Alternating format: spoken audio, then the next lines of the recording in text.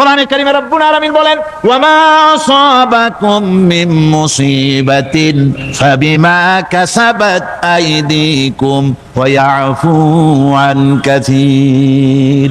যত বিপদ তোমাদের উপর আরোপিত হয়, সমস্ত বিপদ তোমাদের দুই হাতের কামাই করা। কে বলছেন? আল্লাহ পাক। যে কোরআনে কারিমের মধ্যে আল্লাহ রাব্বুল আলামিন সব কথা বলে দিয়েছেন, কোনো কথা বাদ রাখেন নাই। পাহাড়গুলি ভেঙে আমরা ক্ষতি করতেছি, গাছগুলি কেটে আমরা ক্ষতি করতেছি, প্রকৃতির ভারসাম্য নষ্ট করে দিচ্ছি, ফলে সমুদ্রের পানি স্ফীত হচ্ছে, ভূমিকম্প বাড়তেছে, ঘূর্ণিঝড় হচ্ছে, টর্নেডো হচ্ছে, পৃথিবী বিধ্বস্ত হয়ে যাচ্ছে, ক্লাইমেটের পরিবর্তন আসছে। এই যে অবস্থা, এই অবস্থা শুধু বাংলাদেশে নয়, গোটা পৃথিবীতে ক্লাইমেটের একটা বিরাট পরিবর্তন আসতেছে, একটা বড় রকমের পরিবর্তন আসতেছে। এর কারণ হচ্ছে পৃথিবীর মানুষেরা নিজেরাই প্রকৃতির ভারসাম্যকে নষ্ট করে দিয়েছে। এই ভারসাম্য নষ্ট হওয়ার কারণে আবহাওয়ার পরিবর্তন হচ্ছে, সামুদ্রিক জলোচ্ছ্বাস বাড়তেছে, ভূমিকম্প, আগ্নেয়গিরি ইত্যাদি হচ্ছে এবং পৃথিবীর মানুষ বিধ্বস্ত হচ্ছে। বলতেছিলাম, এই কোরআনে কারিমের মধ্যে আল্লাহ পাক সব কথা বলে রেখেছেন। যদি জানতাম, বুঝতাম, তাহলে এই অবস্থার সৃষ্টি হতো না। এটা বিজ্ঞানের বই নয়, রাজনীতির বই নয়, সমাজনীতির বই নয়, বরং সমস্ত নীতিমালার উচ্চ, জ্ঞানের উচ্চ হচ্ছে আল কোরআন। জ্ঞানের উচ্চ কি? আরো জোরে বলেন, জ্ঞানের উচ্চ কি?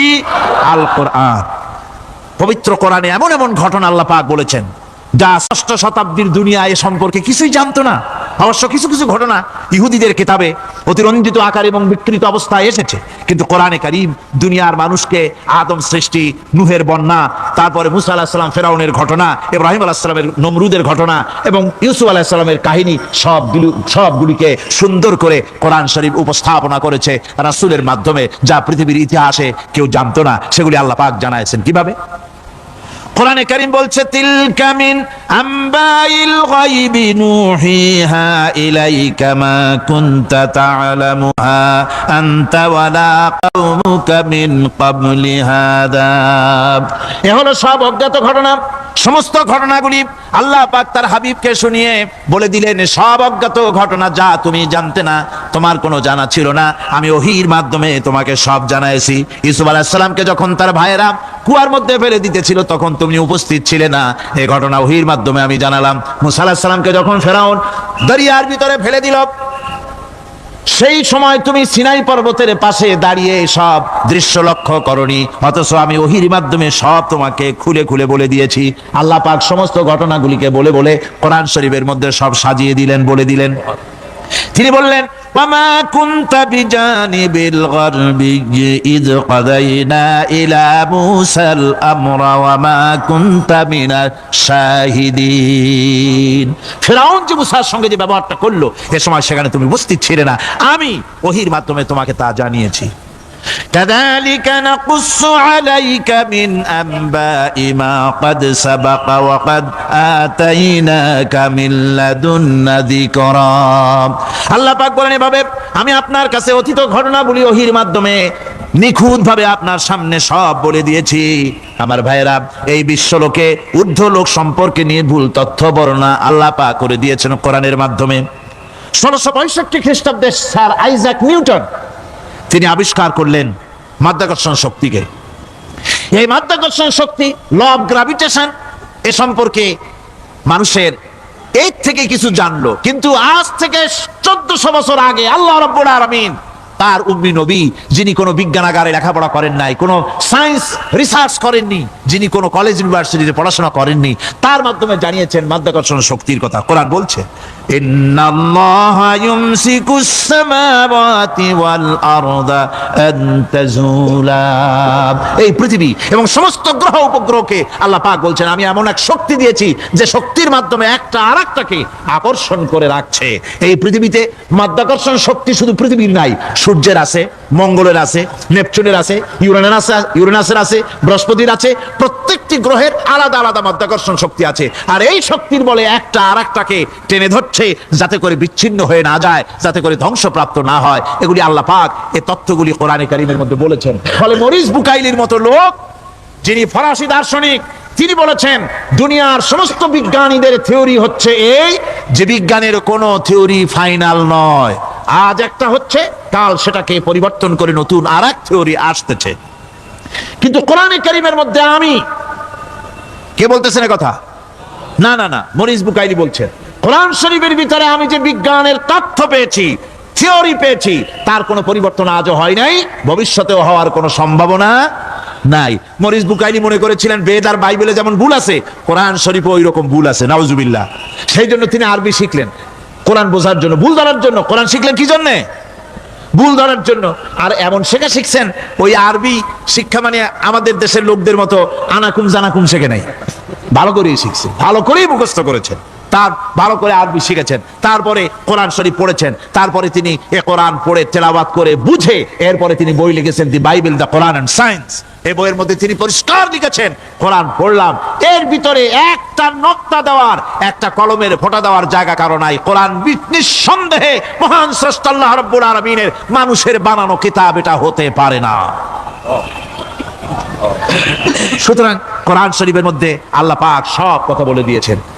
বিজ্ঞানের সাথে কিন্তু কোরআনের সংঘর্ষ নাই। অনেকে মনে করে যে বিজ্ঞান আর কোরআন এর মধ্যে বিরাট সংঘর্ষ। না, বিরাট সংঘর্ষ নয়, দুই একটা পয়েন্টে সংঘর্ষ থাকতে পারে। অধিকাংশ ব্যাপারই বিজ্ঞান, আমি মনে করি বিজ্ঞানের আবিষ্কার যত বাড়বে, কোরআন বোঝা মানুষের জন্য তত সহজ হবে। এটা আমার ধারণা, এটা আমার ধারণা। বিজ্ঞানের সাথে দুই একটা পয়েন্টের উপরে সংঘর্ষ আছে, যেমন চন্দ্র এবং সূর্য সম্পর্কে, সৌরজগৎ সম্পর্কে Copernicus, Kepler, Galileo, Newton, Einstein মহাশূন্য সম্পর্কে যে সব বক্তব্য রেখেছেন, সেসব বক্তব্যের সাথে কোরআন শরীফের কিছুটা বৈপরীত্য রয়েছে। যেমন কেউ বলেছেন সূর্য ঘোরে, পৃথিবী স্থির, কেউ বলে সূর্যের চতুর্দিকে পৃথিবী ঘোরে, কেউ কয় চন্দ্র ঘোরে, কেউ কয় আমরা কি আর বসে থাকি, আমরাও ঘুরি। কিন্তু আসলে ঘোরেটাকে কে ঘোরে, এ ফয়সালা কে দেবে? কে দিবে বলুন তো? হ্যাঁ, ঠিক বলেছেন, আল্লাহই দিবেন, কারণ এগুলি সৃষ্টি করেছেন কে? এবার শুনুন, এই বিতর্কের মীমাংসা আল্লাহ পাক করছেন কোরআনে কারিমে বহু আগে। গ্যালিলিও, কেপলার, কোপারনিকাস এদের বলার অনেক আগে বিশ্বনবী জনাবে মুহাম্মদ রাসূলুল্লাহ সাল্লাল্লাহু আলাইহি ওয়াসাল্লাম তিনি বলে দিয়েছেন, আল্লাহর কথা তিনি বলেছেন, লাশ-শামসু ইয়ামবাগি লাহা আন তুদরিকাল কামারা ওয়ালাল লাইলু সাবিকুন নাহার ওয়া কুল্লুন ফি ফালাকিন ইয়াসবাহুন। প্রবল জ্ঞানী হইবে যাহারা, আপন মনেতে বুঝিবে তাহারা, রাত্রি পারে না আগে যাইবার দিনের স্থান করি অধিকার। চন্দ্র বাঁধে না সূর্যের গায়েতে, সূর্য পারে না চন্দ্রকে ধরিতে। যার যে স্থান বহাল রাখিয়া ভ্রমণ করিছে খোদাকে ডরিয়া। আল্লাহ রাব্বুল আলামিনকে ভয় করে সব ঘুরছে, চাঁদও ঘোরে, সূর্য ঘোরে, মঙ্গল ঘোরে, ইউরেনাস ঘোরে, বৃহস্পতি ঘোরে, পৃথিবীও ঘোরে, সব ঘুরছে তো ঘুরছেই, বন বন করে ঘুরছে একটা নির্দিষ্ট কক্ষপথে, আপন আপন কক্ষপথে ঘুরছে, যার ফলে অ্যাক্সিডেন্ট হয় না। সুবহানাল্লাহ, জোরে বলেন সুবহানাল্লাহ। নির্ধারিত কক্ষে ঘুরছে, নির্ধারিত কক্ষে ঘুরছে। এর কক্ষগুলি আল্লাহ পাক ঠিক করে দিয়েছেন, সেই কক্ষে ঘুরতেছে, একে অপরের পথ অতিক্রম করতেছে না। আবার ওই মহাশূন্যের ভেতরে রয়েছে black hole. Black hole, black hole কি? ব্ল্যাক হোল হচ্ছে একটা বিরাট অন্ধকার গহ্বর, একটা মৃত্যুকূপ। এত বড় বিরাট ব্ল্যাক হোল মহাশূন্যে আছে, বিজ্ঞানীরা হয়রান হয়ে গেছে। তার এত বড় শক্তি, সে শুধু তারা খায় না, কোন তারকা ঘুরতে ঘুরতে যদি তার কাছে এসে যায় তারাকে খেয়ে ফেলে। কোন আলো যদি কাছে আসে, আলো শুষে নিতে নিতে আলো যার থেকে এসেছে সেটাকেও শেষ করে ফেলে। এ ধরনের একটা দারুণ আকর্ষণী শক্তি তার মধ্যে আল্লাহ সৃষ্টি করেছেন। একটা ব্ল্যাক হোল আছে মহাশূন্যের ভিতরে, সূর্য, চন্দ্র, গ্রহ, নক্ষত্র, যে সূর্য পৃথিবীর চাইতে 13 লক্ষ গুণ বড়, এমন 2 কোটি সূর্য খাইয়া হজম করতে পারে এত বড় ব্ল্যাক হোল আল্লাহ তৈরি করে রেখেছেন মহাশূন্যের উপরে। রয়েছে মিল্কি ওয়ে, রয়েছে গ্যালাক্সি, অন্তত 10,000 কোটি, 10 সহস্র কোটি তারকা দিয়ে সমৃদ্ধ গ্যালাক্সি মিল্কি ওয়ে, যেটা অন্ধকার রাত্রে, তারকা সজ্জিত রাতে উত্তর দক্ষিণ দিকে টানা একটা পথের মতো দেখা যায়। এটা হচ্ছে গ্যালাক্সি, এইটাকে বলা হয় মিল্কি ওয়ে। এটা হচ্ছে ছায়াপথ। অসংখ্য তারকা এর মধ্যে রয়েছে। কত বড় বড় তারকা, অনেক দূরে, তাই আমরা দেখি বিন্দু বিন্দু। আসলে কি বিন্দু না, কত বড় জানেন? বিজ্ঞানীরা বলেছেন দৈত্যের মতো বিরাট বিরাট তারকা আছে, যে সূর্য পৃথিবীর চাইতে 13 লক্ষ গুণ বড়, এরকমের সূর্যে অন্তত 3 কোটি সূর্য খাইয়া হজম করতে পারে এরকম অসংখ্য তারকা মিল্কি ওয়ের ভিতরে আল্লাহ সৃষ্টি করেছেন। সুবহানাল্লাহ বিহামদি, সুবহানাল্লাহ। আর মানুষ লাফায়, 4 আঙ্গুল মানুষ খালি লাভ দেয় মোষ কতগুলো রাখিয়া, কোন আনন্দে লাফা, কি শক্তি তোমার! মহাশূন্যের তুলনায় এই পৃথিবীর অবস্থান কি জানেন? এই জন্য যত বেশি পড়াশোনা করবেন মাথা নত হয়ে যাবে। কমিউনিস্ট হয় ছাগলেরা, বুদ্ধিমান কোনোদিন কমিউনিস্ট হয় না। কারা কমিউনিস্ট হয়? ছাগলগুলি, যাদের আকল নাই, যাদের জ্ঞান নাই, বুদ্ধি নাই, ওরাই কমিউনিস্ট হয়। কোন চিন্তাবিদ, কোন বিজ্ঞানী কমিউনিস্ট হয় না। মাথা নত হয়ে যায়, আল্লাহর এই সৃষ্টি দেখে পাগল হয়ে যায়। নিঃসন্দেহে আল্লাহ আছেন, নইলে পরে এগুলি হয় কি করে? আমি চিন্তা করে পাই না কমিউনিস্ট হয় কেমন, কতখানি পাগল হইলে হয়। ছোট্ট একটা রুমাল দেখলে মনে করি কোন তাঁতি এটারে বানাইছে, একটা এই কি জানি কয় মাইক দেখলে মনে করি কেউ এটাকে বানাইছে, টেবিল দেখলে মনে করি কেউ বানাইছে, ফ্রিজ দেখলে মনে করি বানাইছে কেউ, একটা সুই দেখলে মনে করি কেউ এটাকে বানাইছে। আর এই বিশাল পৃথিবী, ওই বিশাল আকাশ, কমিউনিস্টরা কয় এমনি এমনি হইছে। কয় বোতল খায় দৈনিক আল্লাহ জানে। আমার বন্ধুগণ, মাথা নত হয়ে আসবে চিন্তা করলে কি বিশাল সৃষ্টি আল্লাহ পাকে। এই ছায়াপথ, এই গ্যালাক্সি, এর তুলনায় পৃথিবীর অবস্থান কোথায়? পৃথিবীর অবস্থানটা হচ্ছে, আমার হাতে এটা একটি কলম, এই কলমটা কাগজের উপরে আমি যদি এই নিপটা রাখি, কাগজের ভিতরে নিপে যতটুকুন জায়গা টাচ করবে, মহাশূন্য গ্যালাক্সি মিল্কি ওয়ে, আল্লাহর ওই মহাশূন্যের তুলনায় পৃথিবীর অবস্থান একটা কলমের নিপে যতটুকুন জায়গা নেয় এর থেকে বেশি নয়। এই যদি হয় পৃথিবী, তাহলে সেই পৃথিবীর মানুষ আপনি, আপনি কতটুকুন? সলিমুদ্দি বসিরুদ্দি খালি লাফায়। আমার বন্ধুগণ, লাভ কি? লাভের চোটে বলে হ্যান করেঙ্গে ত্যান করেঙ্গে, লাঠিকে আন্দার মুগুর ভরেঙ্গে। কয়েকদিন পর শোনা যায় শীত হয়ে পড়ছে, কিছু নাই। সুতরাং আল্লাহ পাকের অসীম সৃষ্টি জগৎ, এর সঙ্গে বিজ্ঞানের সংঘর্ষ কম, দুই একটা পয়েন্টে আছে। বাকি সবগুলিতে বিজ্ঞানের আবিষ্কার যত বাড়তেছে, আল্লাহরে চেনা, সৃষ্টি জগৎকে জানা মানুষের জন্য তত সহজ হচ্ছে। এই কথাগুলি আমি সামনের দিকে আরো বলবো ইনশাআল্লাহ। সবাই বলেন ইনশাআল্লাহ, যাতে আমাদের বুঝে আসে।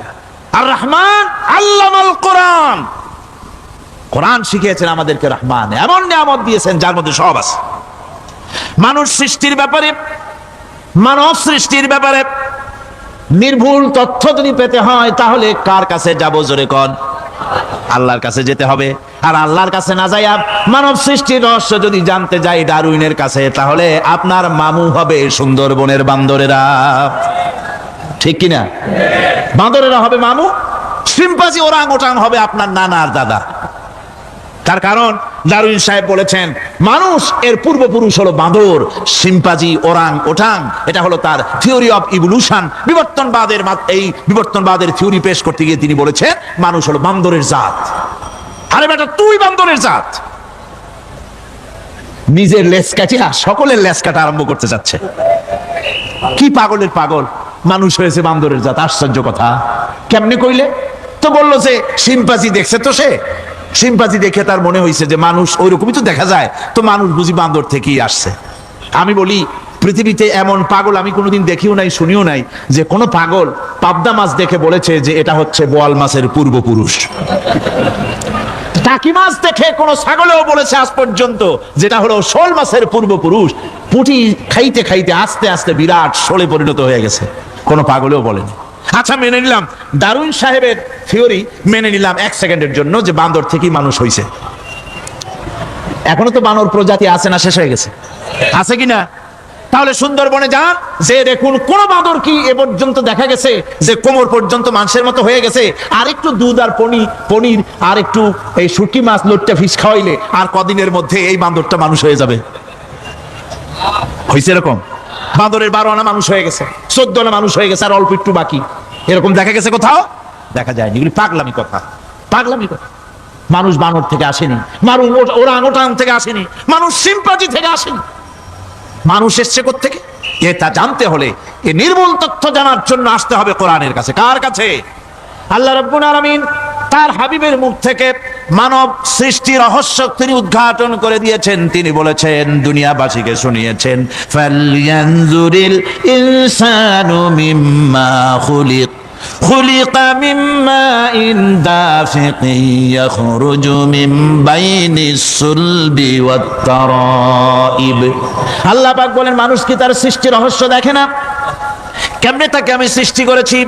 মায়ের বক্ষ পিঞ্জর থেকে, বাপের পৃষ্ঠ থেকে সবেগে নির্গত এক ফোঁটা নাপাক পানি দিয়ে আমি আল্লাহ মানুষকে সৃষ্টি করেছি। বান্দর থেকে নয়, ওরাংউটান থেকে নয়, শিম্পাঞ্জি থেকে নয়, মানুষের অরিজিন মানুষ আদম থেকে তোমরা জন্মগ্রহণ করেছো। আদম এসেছে মাটি থেকে, তোমরা এসেছো আদম থেকে। সুবহানাল্লাহ ওয়া বিহামদিহি। এটাই হলো মানব সৃষ্টির রহস্যের কথা আল্লাহ পাক বলে দিয়েছেন। অন্যত্র আল্লাহ বলেন, ইন্না খালাকনাকুম মিন তুরাবিন সুম্মা মিন নুতফাতিন সুম্মা মিন আলাকাতিন সুম্মা মিন মুদগাব। নিষ্প্রাণ মাটি থেকে তোমার উৎপত্তি হয়েছে, আর এই নিষ্প্রাণ মাটি দিয়ে তোমাকে তৈরি করা হয়েছে। এগুলি মাতৃগর্ভের ভিতরে গিয়া নাপাক পানি ফোঁটা জমাট রক্ত হয়েছে, গোশত হয়েছে, তারপরে মানুষের আকৃতি দিয়েছি, আর এরপরে বাচ্চার আকারে মায়ের পেট থেকে আমি আল্লাহ মানুষ করে তোমাকে বের করেছি। সুতরাং মানব সৃষ্টি রহস্যের কথা বিজ্ঞানের সাথে যেটা সাংঘর্ষিক হবে কোরআনের সাথে, আমরা সেটা মানতে পারি না। আমাদেরকে মানতে হবে মূল জ্ঞানের কিতাবটা। মূল জ্ঞানের কিতাব কোনটা? জোরে কোন তো কোনটা? কোরআন। এখানে সব কথা আল্লামাল কোরআন। কোরআন শিখিয়ে মানুষকে আল্লাহ পাক সবচাইতে বড় দয়া করেছেন, এর থেকে বড় দয়া আর হয় না। কোরআন শিখিয়েছেন আমাদের, যার মধ্যে সমস্ত তথ্যের কথা আল্লাহ পাক বলেছেন। The universe and doctor Einstein বইয়ের ভিতরে লেখা হয়েছে যে একদিন এমন হবে যখন ধীরে ধীরে সূর্য তার আলো হারিয়ে ফেলবে, চন্দ্র নিষ্প্রভ হয়ে যাবে, আর পৃথিবী আস্তে আস্তে তার গতি হারিয়ে ফেলবে। একথা আজকের বিজ্ঞানীরা অথবা আজ থেকে কয়েক বছর আগের বিজ্ঞানীরা একথা বলছেন। কিন্তু রাসূল করিম সাল্লাল্লাহু আলাইহি ওয়াসাল্লামের মুখ থেকে আজ থেকে 1400 বছর আগে, যিনি বিজ্ঞানাগারে মোটেও পড়াশোনা করেননি, লিখতে জানেন না, পড়তে জানেন না, সই করতে জানেন না, বিজ্ঞান আজ যে কথা বলছে সেই কথা 1400 বছর, 1500 বছর আগে রাসূল করিমের মুখ থেকে আল্লাহ পাক বলছেন। কোরআনে কারীম বলছে, ইয়াসআলু আইয়ানা ইয়াউমুল কিয়ামা ফাইদা বারিকাল বাসারু ওয়া খাসাফাল কামারু ওয়া জুমিআশ শামসু ওয়াল কামার। হে রাসূল, রাসূলের কাছেরা জিজ্ঞাসা করে কিয়ামত কবে হবে? আল্লাহ পাক বলেন, বলে দিন যেদিন চন্দ্র তার আলো হারিয়ে ফেলবে, যেদিন সূর্য তার আলো হারিয়ে ফেলবে, আর চন্দ্র আর সূর্য সব একাকার হয়ে যাবে। আজ ওরা বলছে চাঁদে আলো থাকবে না, সূর্য আগের থেকে তার উত্তাপ এবং আলো স্তমিত হতেছে, এবং হতে হতে এমন এক পর্যায়ে আসবে যখন সূর্য আলো হারিয়ে ফেলবে। বিজ্ঞানীরা গত 4-5 বছর আগে এই বক্তব্য রেখেছেন, কিন্তু 1400 বছর আগে বিজ্ঞানের লালনাগারে লেখাপড়া না করে হুজুরের মুখ থেকে আল্লাহ কথা বলে দিয়েছেন। তাহলে বিজ্ঞানের আসল কিতাব কোনটা? জোরে বলেন কোনটা? আল্লাহ পাক আরো বলেন, ইজা শামসু কুবিরাত ওয়া ইযান নুজুমুন কাদারাত ওয়া ইযাল জিবালু সুজ্জিরাত। তারকাগুলি, সূর্যের আলো থাকবে না, নক্ষত্রগুলো স্থানচ্যুত হয়ে যাবে, কক্ষচ্যুত হয়ে যাবে, পাহাড়গুলিকে পরিচালিত করে দেওয়া হবে, কিছুই থাকবে না, সব শেষ হয়ে যাবে। বিজ্ঞানীরা আজ বলতেছে যে সব শেষ হয়ে যাবে, কিছুই থাকবে না, সব শেষ হবে। বিজ্ঞানীরা বলতেছেন, কোরআন অনেক আগে বলেছে, কুল্লু মান আলাইহা ফান ওয়া ইয়াবকা ওয়াজহু রাব্বিকা যুল জালালি ওয়াল ইকরাম।